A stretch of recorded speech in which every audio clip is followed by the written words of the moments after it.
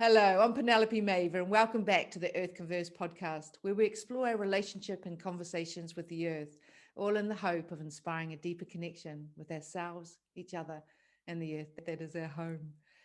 And today, I've got a very special person in my life because we come in and out each other's lives. Emilie Janda. So I contacted her. So I've always got a little bit of a story. So when I was thinking about going to Rome, I was sort of like, what is the coaching scene there? And I Googled and this name popped up.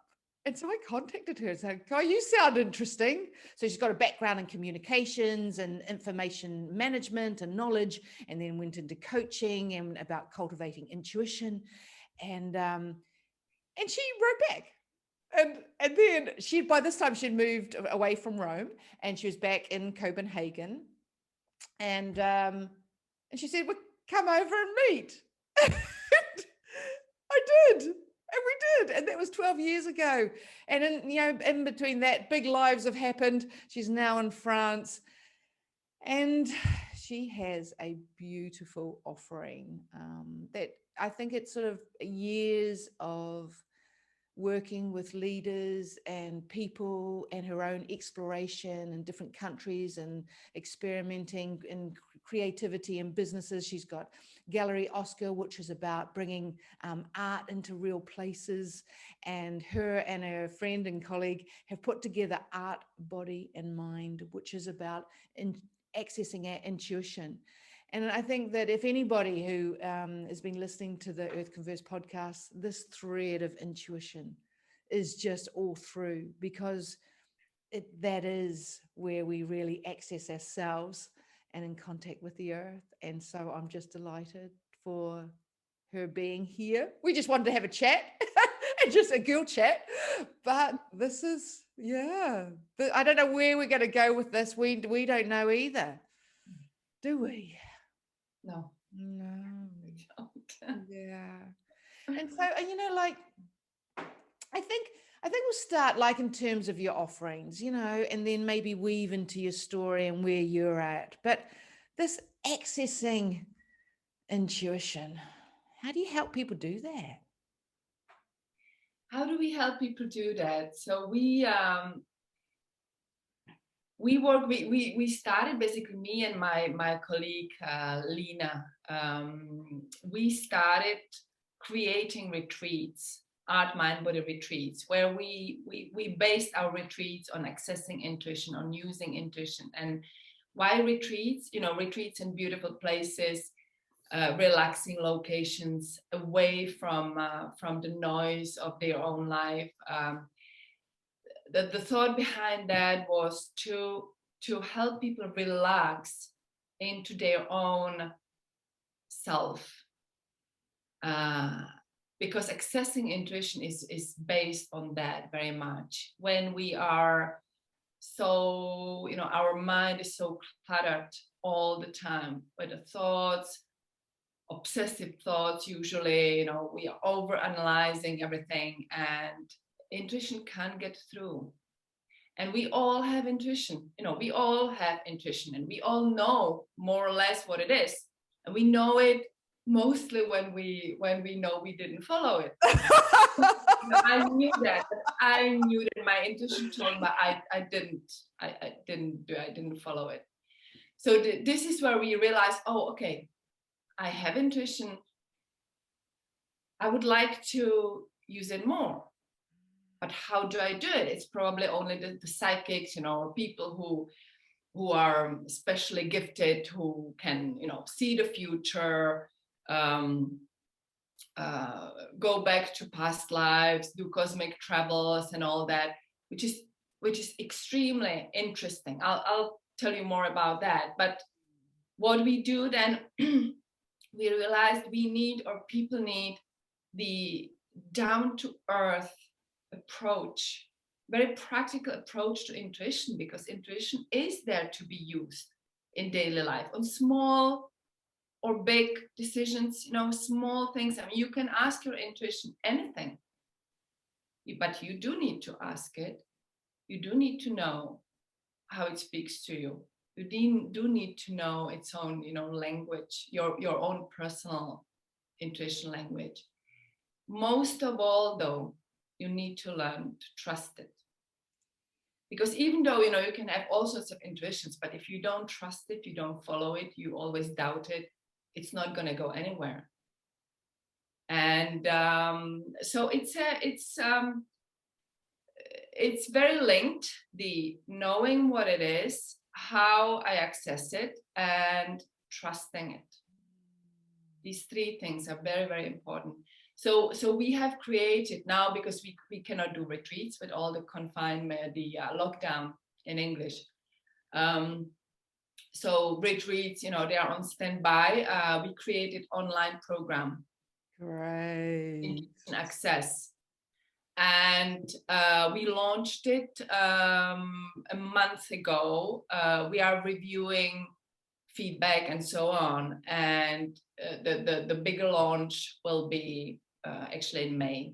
Oh, super. I didn't know. And already we got such great feedback. Yeah, I bet. There are certain things we need to review a little bit about the online design and so on, but it's really, we are so excited because the feedback is so great, and this is it, this hands-on practice.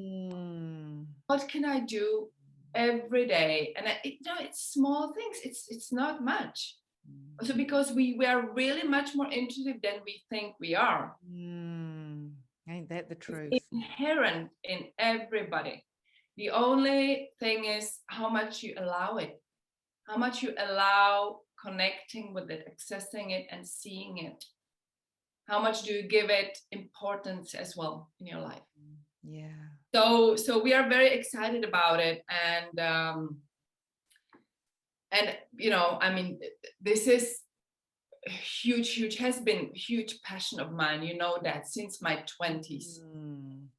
And I started working with intuition, and I was reflecting on that on purely theoretical basis. In the beginning, I was just so interested in the concept of intuition, and I was researching, and I wrote this white paper with a colleague. We presented it on an international conference about intuition in decision making in organizations. Yes. Purely theoretical. At that time in my 20s, I was not really very much in touch with my own intuition. Okay, I was, of course, but again, I didn't understand the importance of certain aspects, and slowly with my own, raising awareness with the matter, going through cosmic travels, the intuition on high level, connecting with my past lives, with my future lives, that was exciting. That just was, that was my, how would you say, leisure time traveling in cosmos. Okay. I love it. Oh, leisure travel in the cosmos. Yeah. That was the most important thing in my life, for years and years and years, was the metaphysics, discovering. I was really that's life on Earth. Yeah, okay, a little bit comparing. But it's when I realized that, slowly, when I got enough of all that, just realizing, but we are here on Earth for a reason. Why am I trying to go somewhere else? I'm here, so how can I actually live with what I know? How can I, how do I? And step by step, I realized, intuition is here to actually help us to live the earthly life joyfully, happily, without the worries. It's so, as I love to say it sounds so good. I mean, I love seeing, using intuition is basically bringing light, the cosmic light, into Gaia, Mother Earth, because she's so needed as well from us. Oh, you know what? That, you know, when you were talking about cosmos, I was going to quote futurist Elizabeth Sartoris, and she goes, "What we need is to bring the cosmic love down to our toes." You know, that so. So there's there's so much there you've already said, and I love this flow. We're in the flow, and I'm also reflecting on it's quite a parallel journey that you're doing of a lot of people, because I think that a lot of business people, organizational people, or even not, just normal people doing the thinking of intuition as a logical thing, calling it like expert decision making, because in many respects it is, because you've learned something over and over again. It's that repeat. You've got the schemas, and then, but actually then it becoming more integrated, and that becomes a sort of a feeling whole body experience. So that's been your journey, and also you're helping people to understand that journey, because quite often intuition in organizations, you have to go through the logic thing and call it expert decision making, don't you? Yeah. Absolutely. And this has been exactly also our purpose, because both me and Lena, we have a corporate background. We worked with, decision makers. So absolutely, the way to, people who are more rational, logical, you do need a different approach. And when you realize, well, intuition is very useful tool and it's connected to our subconscious, then they understand, or they are more open to you. Well, they use it, as you said, I mean, they, all the decision makers, they use their intuition. The successful decision makers, they do. I mean, we interviewed, loads of people on it. So of course they use their intuition. They just don't talk about it very much. Today it's much better. Yeah. 10 years ago, 15 years ago, people just didn't really want to talk about intuition. It was, rare. Today, it's much better. People are much more open to that approach as well. But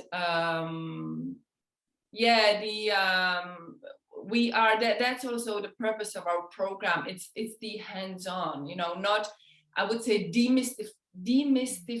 How do you say it in English? Yeah, demystifying intuition. Yeah.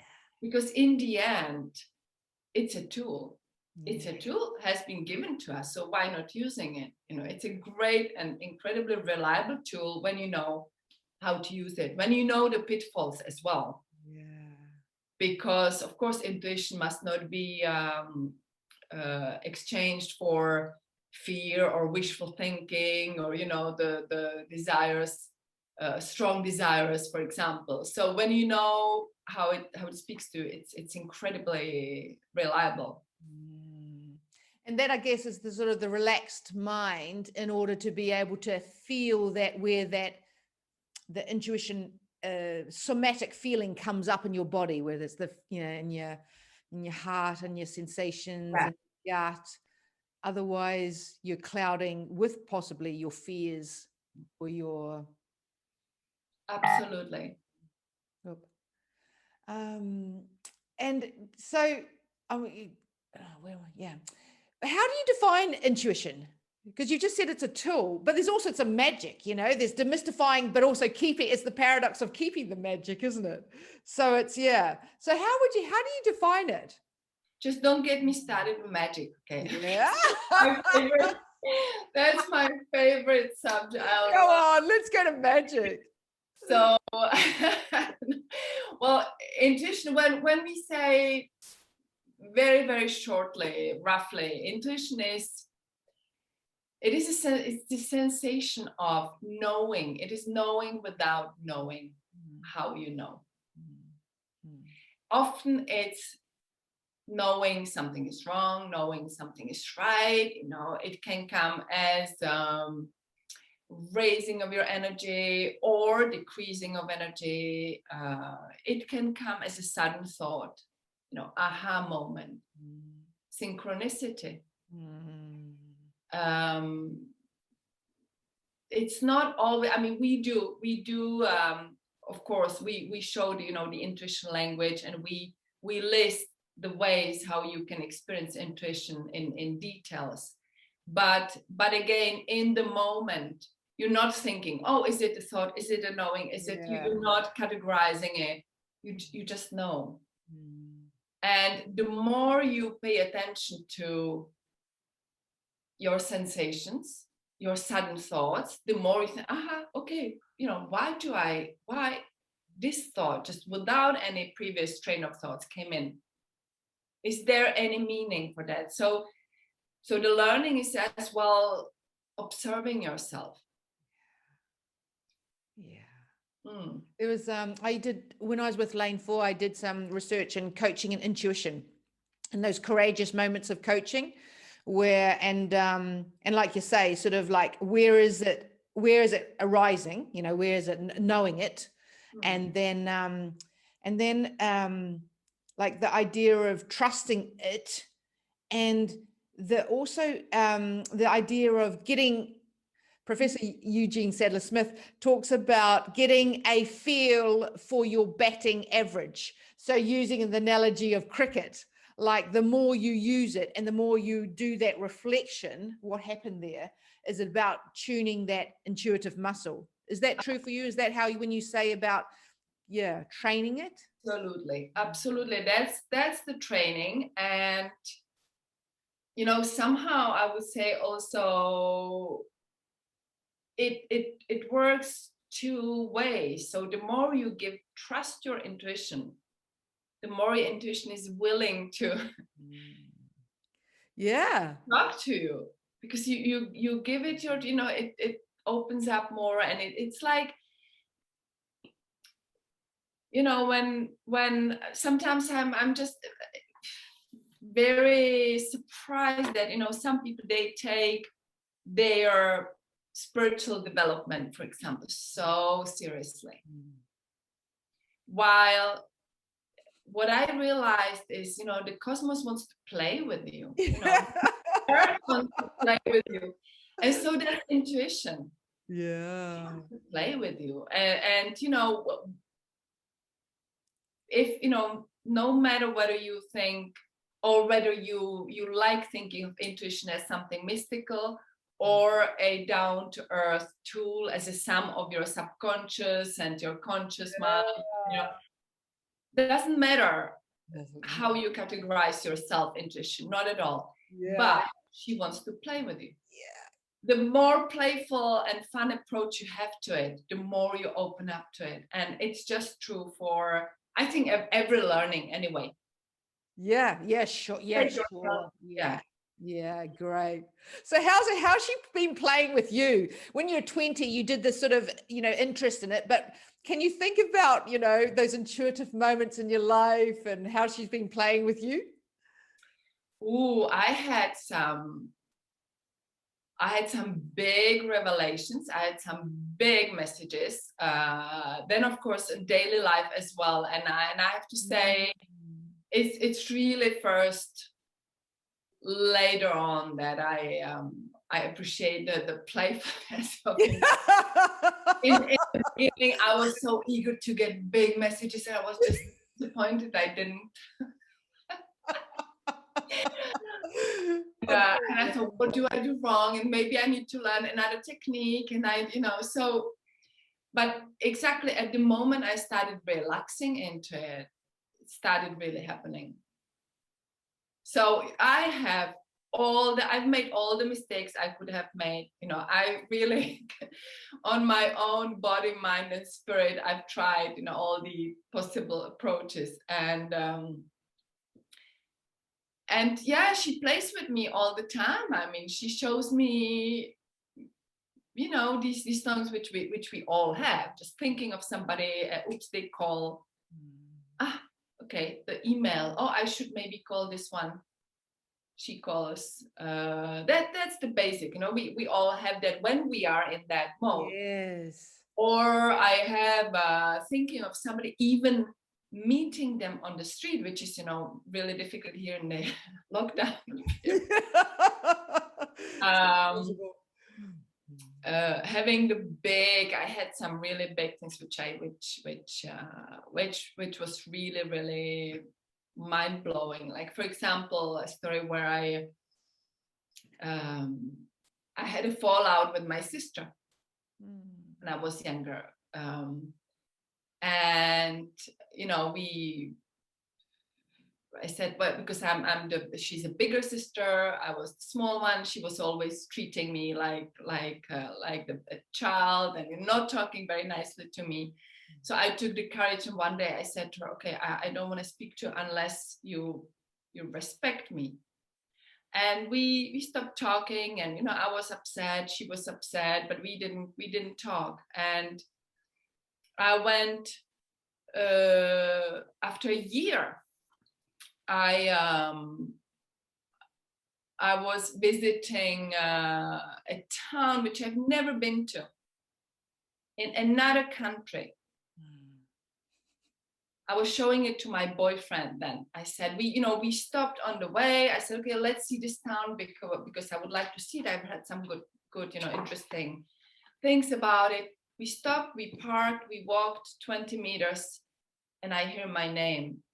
I turn around. It was my sister. Wow. We were shocked both because she never been to that town. It was only that day she passed by.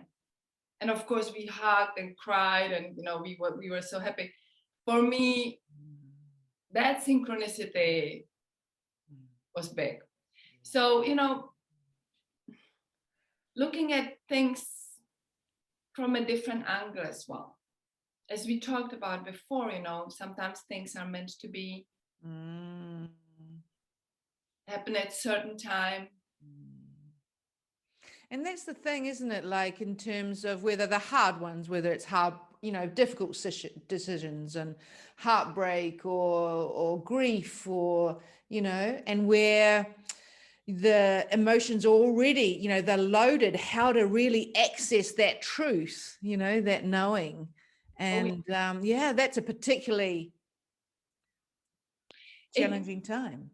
Yeah, it is linked about intuition is closely linked to knowing yourself. That's one part of our online course as well. You have to know yourself, and you have to know how you react. You have to know when your mind is playing games with you.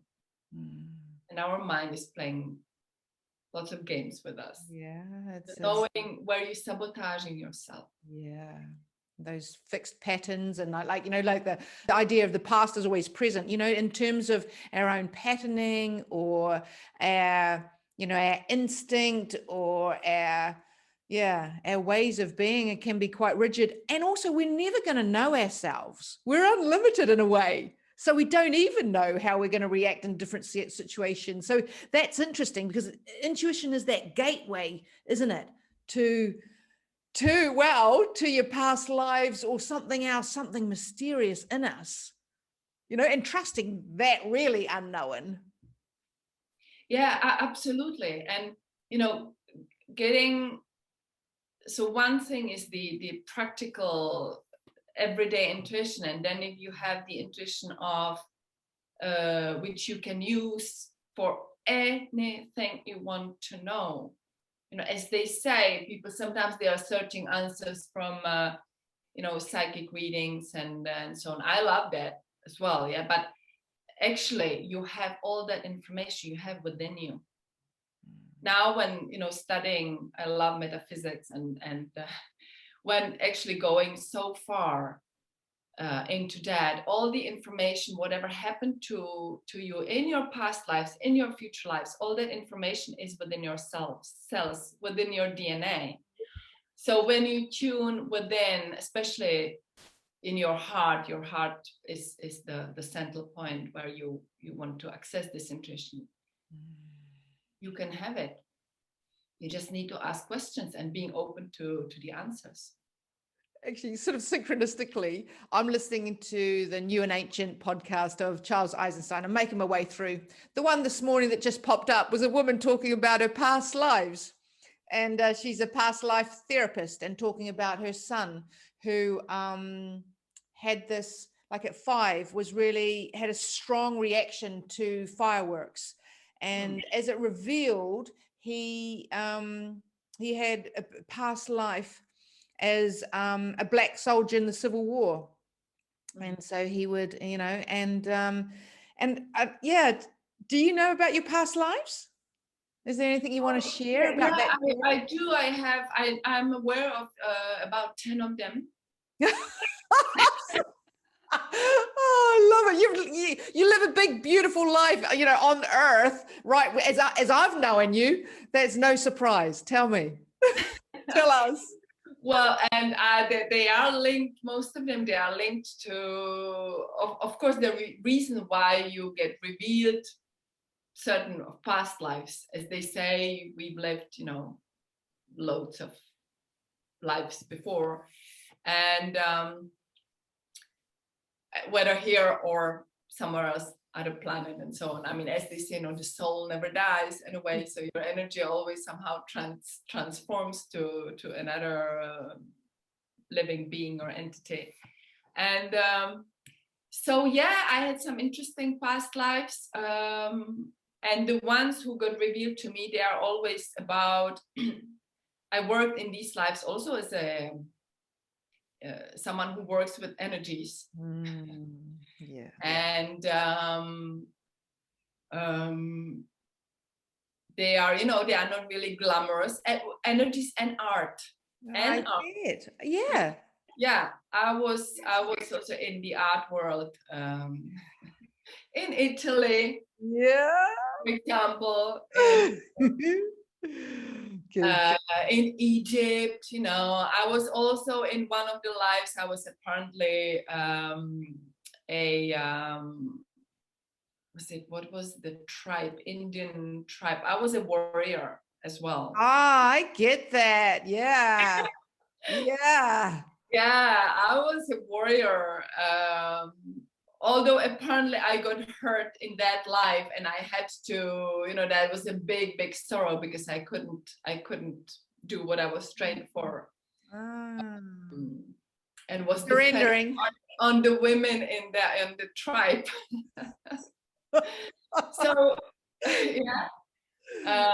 Then one life in Egypt where I just that fascinated me for a long time, and I had the image because I was a man, high priest, I guess, in Egypt, holding a ball of light in front of masses. Okay, and I remember I was bold man, with that rope, holding ball of light, and I was kind of showing people, look, you can do this as well. And then I gave the ball to somebody, and they dropped, it was so heavy, so they couldn't. I said, no, but you use your mind. So things like that. And Emilie, that's amazing. That's beautiful. It is beautiful. Yeah, it is, absolutely. Honestly, it really does give me goosebumps. Good. Like in a truth way. Yeah. And this one, there was another one in Lemuria where I was also working with energy. I loved it. It's in me. I love transmuting and of course I start with myself, always transmuting negativity to positivity. Yeah. What does that mean to you?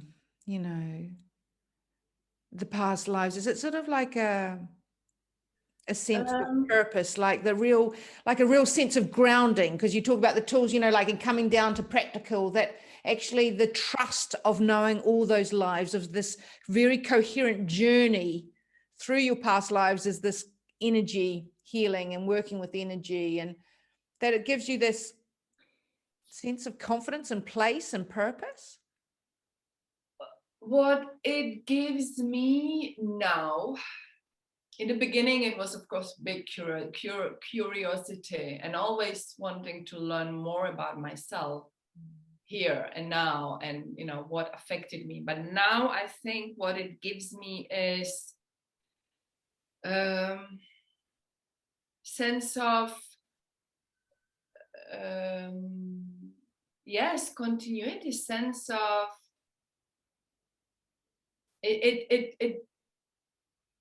it brings this fearlessness, which I always had to a certain extent, fearlessness of, because no matter what you do, you're always going to be here, or the cosmos. Well, you never cease existing. And but also perhaps it gives me the more ethical way of living, I would say, it more and more really being so conscious of every word, every thought affects not only your life, but affects other people, it affects our earth, it affects the whole cosmos. So, the more and more sense of it really matters what you think, what you do, how you act, your energy matters. So the more you raise your energy, the more happiness you bring, happiness or joy, or even just calm and peace, that's also beautiful energy.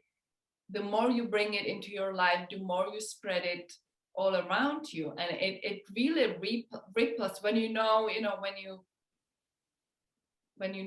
little bit about metaphysics, for example, it really, really matters. And I think it's that the biggest thing benefit I got from knowing my past lives and researching in that and looking into cosmos is that every single little insignificant thing matters. Yeah. And there's a beautiful responsibility of that. Yes, that too. But again, if you use the playful approach to yourself, the responsibility is not really heavy, because it's fun. It should be light. This is it. It's light, fun. As already that's high vibrations. True. Seriousness and very kind of I'm just whatever I say, it's what I say, what I don't say. It's the seriousness makes it heavier. I like that, because it is. But it's also that, once again, we constantly, that's the dark and the light. It's the paradox, isn't it? Dancing with that, the sacred and the profane, and it's wonderful. It's fascinating. And again, so you can enter for me it has always been the fascination of the mystical. I've been always so incredibly curious about how it all works, why we're here, how it's all linked. And then living life, with fun, joy, friends, good food, sex, drinks. Living life on earth as we are, supposed to. What fun, but conscious about our actions. And it can be combined. I love it. And I'm also interested, I listened to this person about when she was saying about, do you talk, like talking with nature, and she goes, actually it is a really energetic thing. It is energy. It's nothing woo-woo. But and so in terms of your energy about interaction of humans and non-humans, beings and non-beings, what is your relationship with that on a energetic level? What have you noticed? It's their intuition comes in big time. I mean, it's again, sensation, and I connect with nature with my heart, with heart. So I do actually consciously. When I'm working nature, I consciously lower my consciousness to my heart from my head. I do that conscious. I have to, because I'm very much. I'm often mostly in my head. So I'm training myself to be in the heart, and it's completely different place to be. And there you can really. I connect personally with nature mostly by appreciating it, and I learned that from a very wise man. I went once to a retreat in Findhorn. It's in North Scotland. Right. It's a community, and I work there in the garden. And the boss of that team, the leader of that team, what was his name? Beautiful man, very, very wise. Sven, I think. He, I had no idea he told me, so you just go in the field or garden and you find your place where you want to work. And I said, what? Work with, but what do I do? He said, just you find yours. So I found my spot, which I thought was beautiful.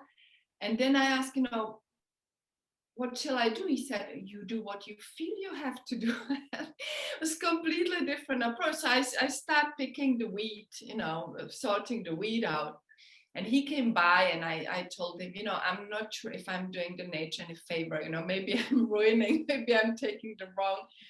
And he just smiled and he said, already your attention to the nature makes her happy. Yes. And I was thinking about it. He said, the nature is there. It's just there. But you make it alive by appreciating its beauty. Yeah. And it was so beautiful. And I always remember it. And when I do a lot of, that hiking, I have the beautiful mountains here. So I do long hikes, all day. I can be out with my dog all alone, in the woods, forests. And I just, I do that. I appreciate, I say, oh, you're so beautiful. You're so beautiful. I talk to the plants. You're so beautiful. And I'm trying to tune in. What would you tell me? What's your gifts like? I bought this book about herbs. To do some witchcraft, potions. Yeah, wonderful wisdom. We have a lot of lavendel here, thymian in southern France, beautiful rosemary, I make teas. I'm using the nature as well. Yeah. Well, the gifts. But I love this attention. I mean, Mary Oliver, the beautiful poet, she said, all you have to do is pay attention, be amazed and tell about it. I think this really, but and also that gratitude. Yeah. And just, the heartfelt experience, that's where it starts. And I do, I think that's part of the Earth Converse podcast, is to remember that all of us can fall in love and fall back in love, or remember that we love, and just that listening with our heart. Yes. And gratitude. And absolutely. And I just, when I do my light body meditation, so Merkaba meditation, for example, I do connect. What was that meditation? Merkaba. Oh, what's that? Merkaba. It's activation of your light body. So it's I'm not the best one to explain it, but I really like the teaching of Drunvalo Melchizedek. I think I don't know really how to. Yeah, no, we'll put a link in. You can, or whatever. Yeah. No, and he is also very much, he says, but without, you can travel to cosmos, you can do whatever you want, you want to transfer yourself to another dimensions, but you can't do that without heart without certain level of consciousness where you have your heart, and the earth with you. So, it all makes sense. You can't really travel too far without being grounded, without being connected with Mother Earth. And when I do, this is what's incredible, actually. It was a very strong experience. So first time I tried to connect with Mother Earth consciously on the heart level in a meditation was I imagined a sphere of love coming from my heart, connecting with the heart of Gaia. I was sending my love to her. And I got this surge of love from her coming back. It just completely blew me away. That was incredible. And that just really, showed me again. I mean, she's alive, she's there, she wants to connect with you. We need to connect with her. Yeah, I can imagine you accessing that moment, and I'm sure it's even a repeated moment, but that sort of, you can always access that trust and that light, and remembering that, and in the darkness of the times, and also what you're saying about the co-creation. I really believe, Mother Nature wants us to co-create. It's not about, quite often I think in terms of climate change, humans are bad, but actually, and the world would be better without us. But actually, I think nature wants us. It exists, and humans are there to acknowledge it and appreciate it and co-create. And whether it's gifts of all those gifts of to nourish us, heal us, and then give it back. And they say we are her children. She wants us to heal, and she's healing us. And if we believe, in shamanic tradition, for example, they really believe Mother Earth is a being, is a living being, which is also evolving in her pace as we are. We are evolving in our consciousness, and apparently she's as well, and everything in the universe. Everything, and nothing is fixed, so everything is apparently always evolving, always advancing. That's the force of the nature, is growing. It never stops growing. So we are learning with her, and she's wiser than us, obviously. But patient. If we are her children, it's quite natural. She is very patient, I think, in terms of, and just sort of that gentle encouragement. You can do it. You can do it. Oh, I love that. Try again then,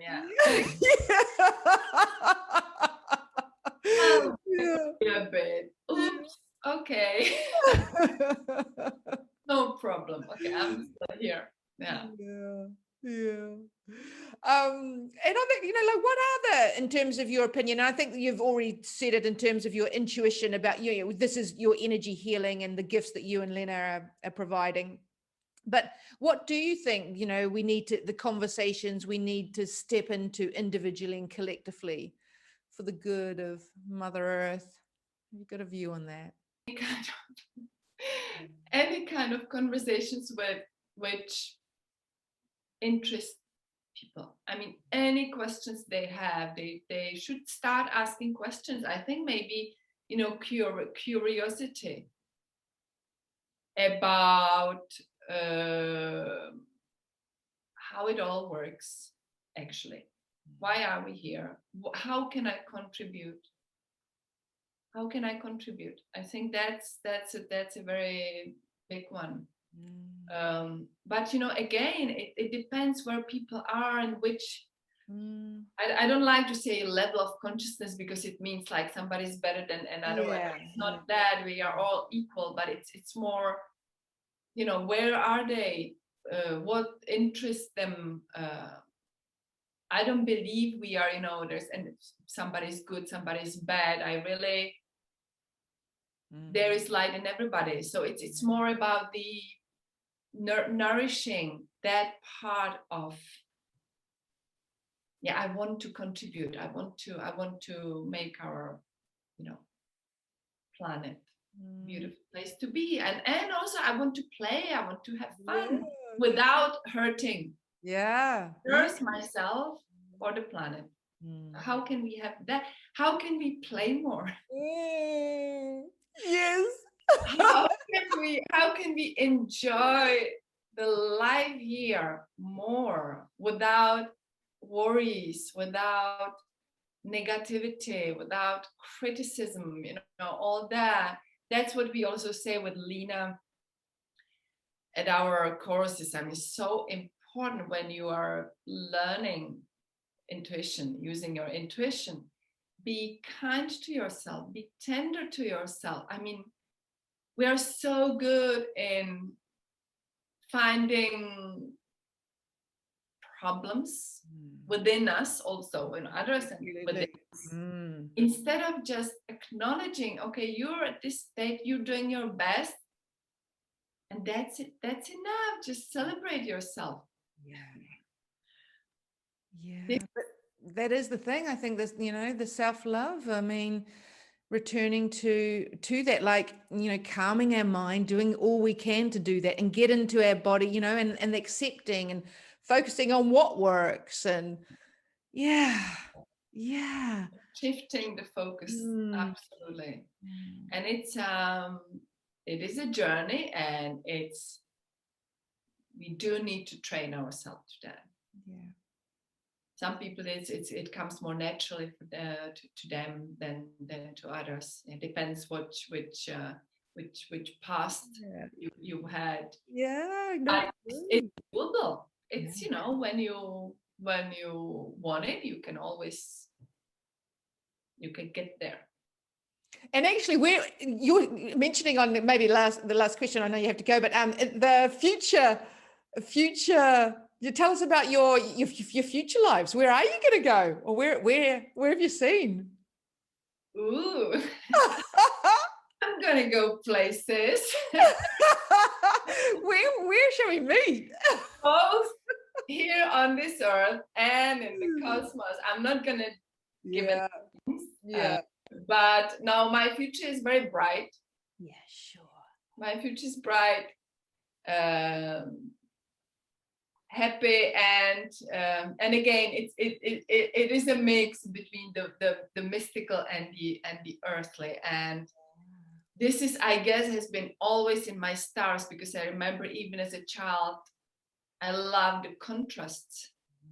And I loved science. I was fascinated by science, but I was absolutely fascinated by the mystical. So I liked, have them both in my pockets, both. And for me, when I get so excited when the science meets spiritual, and they realize, oh, but actually we are not so far from each other. I adore that. But that's the lovely dance, the understanding of that. And also, I think even, science, we can get either trapped. We've talked about this before on the podcast about, science is still, it's limited, but if you can open up the mystic, yeah, where science can't answer everything. And so, yeah, just the dance of the two. Well, what is your, in terms of your earlier, like on this earth, your life, about, because you were born in Prague, like what is you, and then moved to Copenhagen, like what is the background that made you curious about is there anything that there's there that a fundamental, early childhood experience that ignited this? I guess I was born with it. I already, as early childhood, I was just worshiping. I remember with my friend worshiping UFOs and just standing there. Please come and take us. We don't want to be here. And but I guess my father had also a big role in that, because he was very visionary. I didn't know that then, but actually He introduced me to meditation. He introduced me, which I, as a child, I was not at all interested in meditating, but still. or listening to classical music. He was playing Bach for me, and again, I was just kind of thinking, what's that? Yeah. He introduced me to, classical literature. Just don't read stupid. Just read what evolves you. He was a journalist, and he was the first one at that time writing about acupuncture. He had a friend who was acupuncturist, so he was very, very, very open-minded, and I guess that definitely help. Plus that he said, be aware of not following any religion or ideology. Think for yourself, and that's what I've always done. So I've never followed any. I was curious. I was reading about all sorts of religions, putting them all together, finding, okay, what works for me, what doesn't work.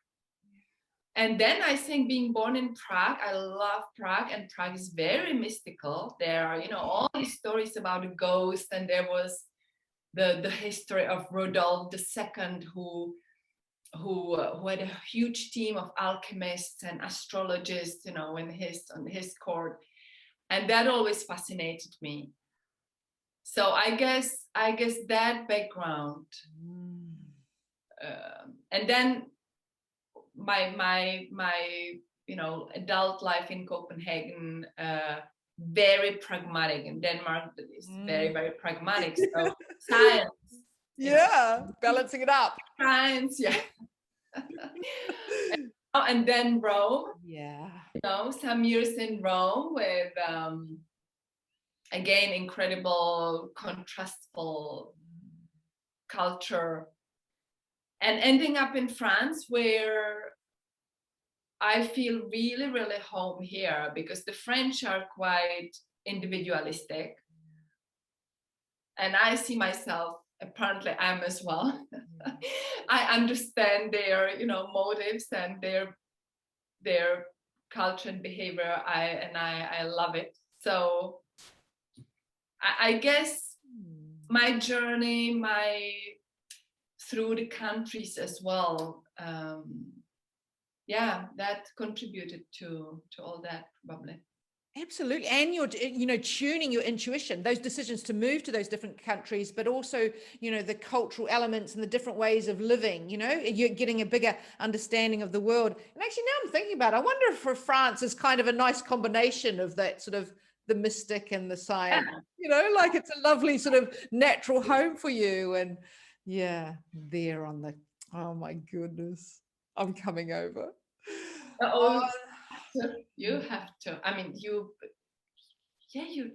don't. I don't know if you know a little bit Côte d'Azur.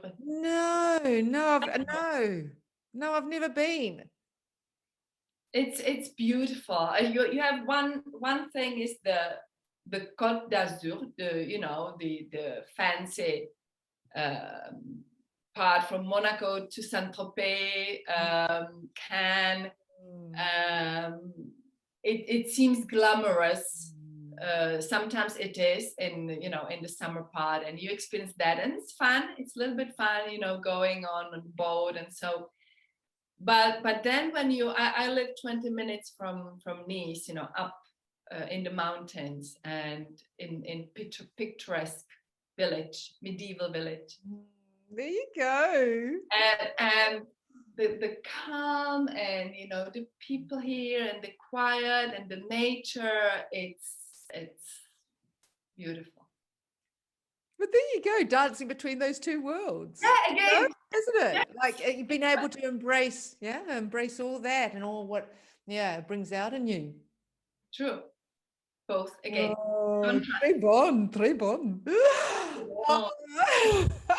Anything else you want to intuitively offer in this moment, in this little podcast?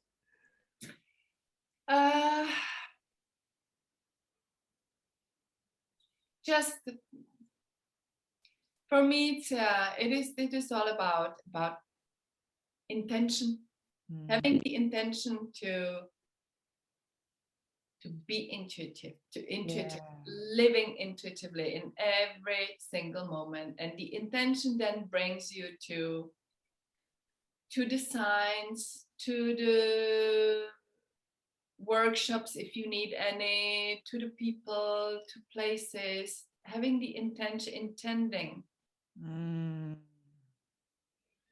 saying to yourself, I am intuitive. Yeah, great. Claiming Not it. acknowledging you are already intuitive. Of course, you can always learn how to actually, but it will bring you, if you need it, it will bring you there. It will bring you to the tools you need. So acknowledging I'm intuitive, or I intend to be. Yeah. I think that's the best way to start. Wonderful, because that's, you're claiming it, you're putting it out there, you're asking the universe to help you remember your own intuition. Yeah. I love that. Beautiful, intentional woman. Thank you. Thank you so much. So much. So we'll put a pause here and see you back for the next Earth Converse podcast. In the meantime, go out and enjoy Earth, one conversation at a time.